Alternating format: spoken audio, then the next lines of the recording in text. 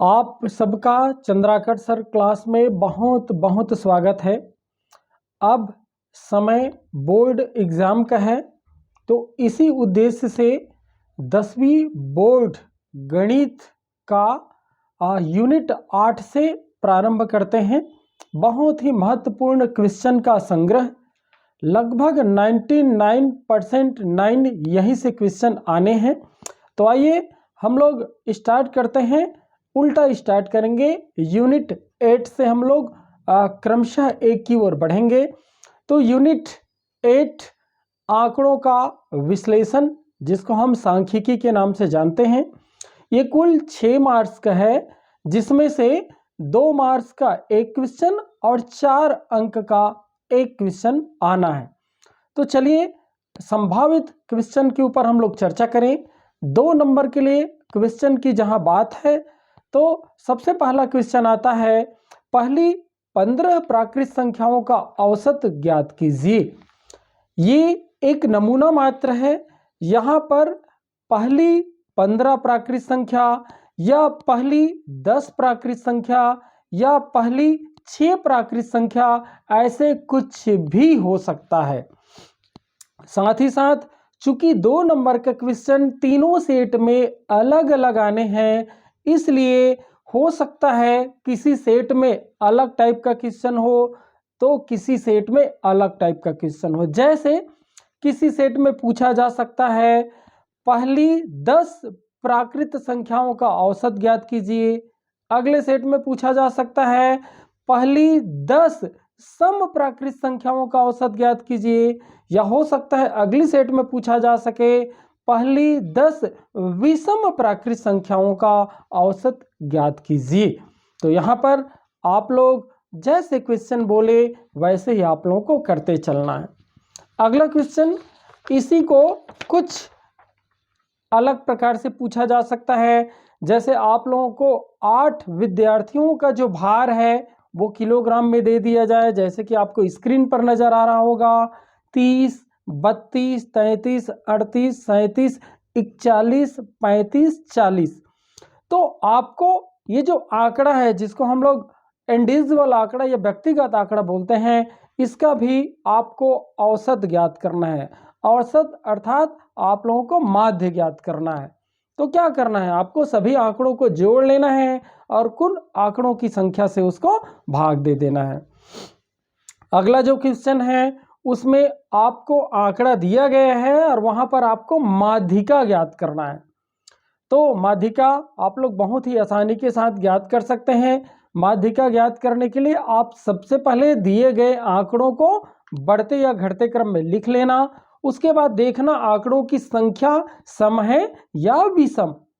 सम के लिए अलग सूत्र लगाइएगा, विषम के लिए अलग सूत्र लगाइएगा। तो ये एक आंकड़ा नमूना मात्र है, ये आंकड़ा बदला जा सकता है। तो इस प्रकार से दिए गए आंकड़ों से माध्यिका आपको ज्ञात करने आना चाहिए।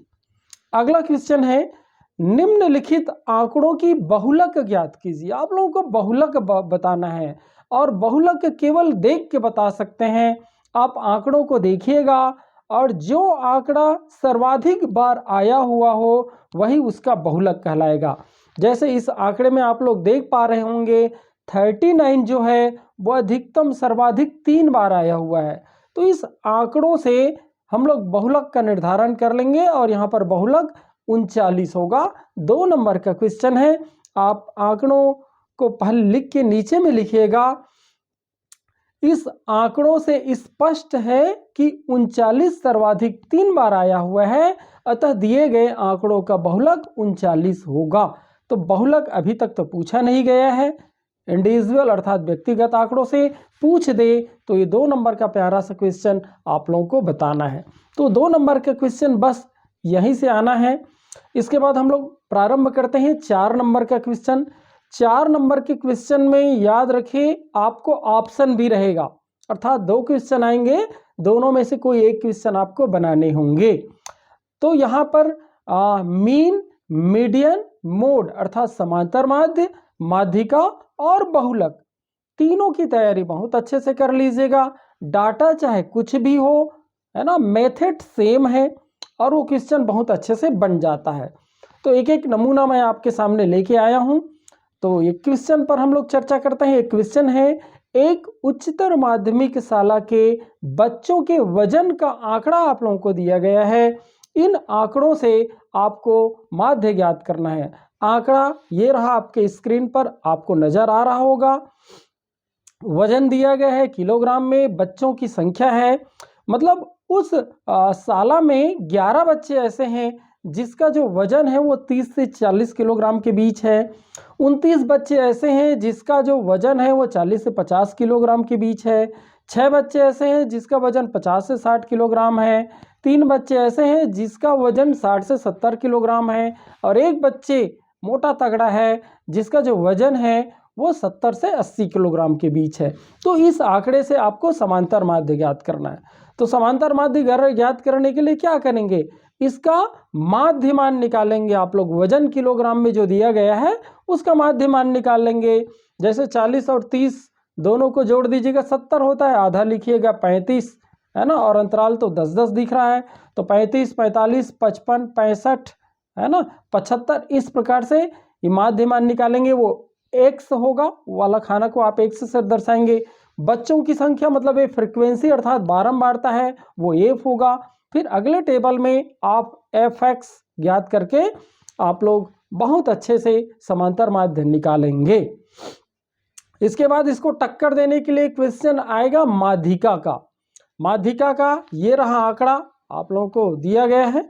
किसी परीक्षा में विद्यार्थियों के प्राप्तांक आप लोगों को दिए गए हैं और विद्यार्थियों की संख्या यहाँ पर दी गई है।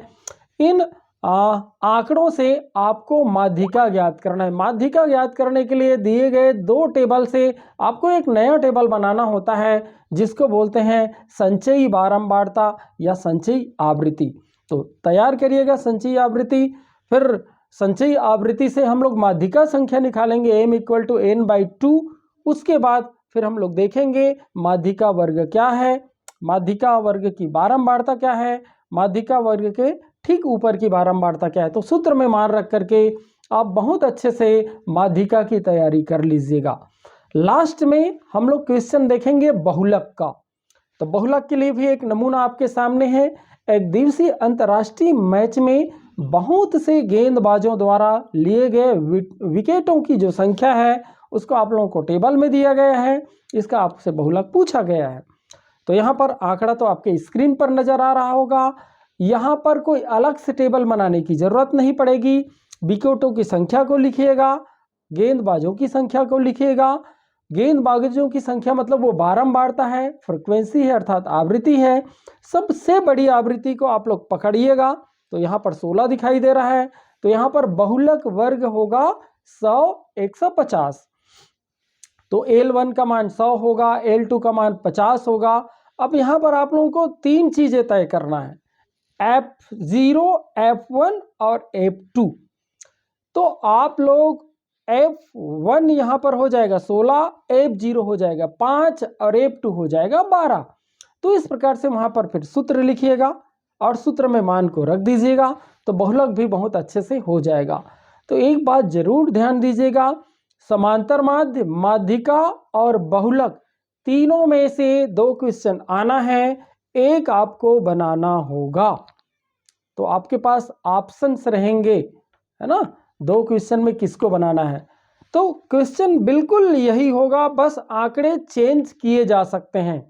यही आंकड़े हो जाए तो उसमें आश्चर्य की कोई बात नहीं होनी चाहिए, लेकिन आंकड़े बदल दें तो हमें प्रोसीजर पता है, मेथड पता है, विधि पता है, हम बहुत अच्छे से क्वेश्चन कर पाएंगे।